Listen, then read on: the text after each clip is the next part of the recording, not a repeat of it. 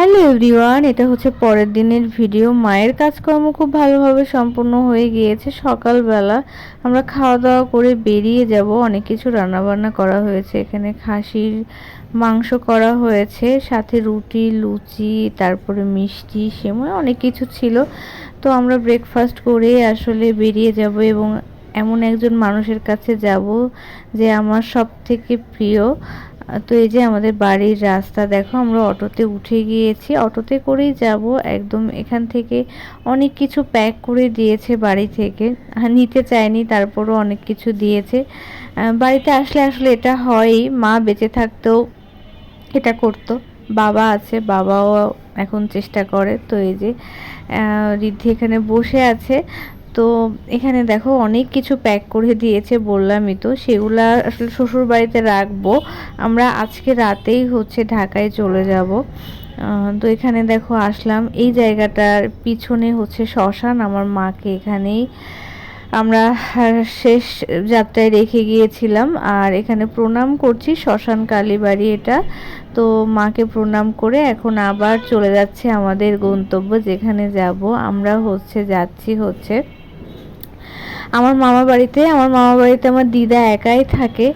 তো আমি আর আমার দিদা, এই দুইজনই হচ্ছে আমার মায়ের অস্তিত্ব, আমি এটা মনে করি। তো আমার দিদাকে আমি ভীষণ ভালোবাসি, আমার দিদাও আমাকে, আমার মেয়েকে ভীষণ ভালোবাসে। বয়স হয়ে গিয়েছে, সে আসলে কান্নাকাটি করে।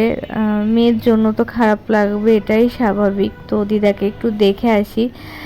অনেকবার দিদা ফোন করেছে, আসলে আসা হয় কিন্তু দিদা বাড়ি যাওয়া হয় না। অনেক বছর পরে আমি এখানে যাচ্ছি। দেখো এটা হচ্ছে আমার দিদাদের বাড়িতে, মানে যাওয়ার আগে এই নদীটা পড়ে, এটা হচ্ছে রাজাপুর ব্রিজ। দেখো নদীটার এত সুন্দর, নদীটা বড়, এটাকে মধুমতি নদীও বলে। আবার মানে মোহাম্মদপুরের এদিকে যে নদীটা অনেক বড়, ছোটবেলায় এই নদীতে অনেক স্নান করেছে, অনেক কচুরি হয়ে গিয়েছে, কচুরি পানা আর কি। এটা হচ্ছে আমাদের দিদাদের ফার্স্টের দিকে এই ঘরটা হচ্ছে অনেক বড় করে।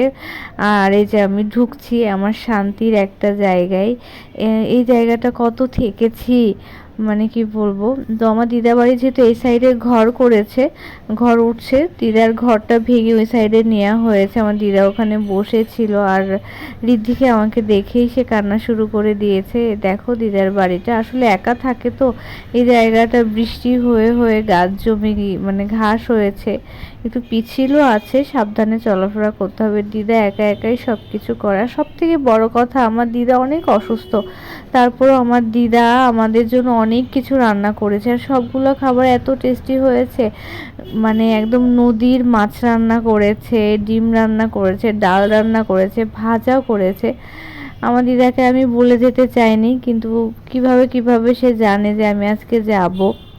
আমার জন্য বালিশ বানিয়ে রেখেছে, গাছের শিমুল তুলায় অনেক কিছু করেছে। দিদাবাড়ি যেয়ে খাওয়া দাওয়া করে শেষ করে আমরা ফিরছিলাম, তোমাদের দাদাভাই এই জায়গাটা দাঁড়িয়েছে। তো দাঁড়ানোর পরে চা খেলো। আসলে নারীর টানে দিদাবাড়ি ছুটে গিয়েছি।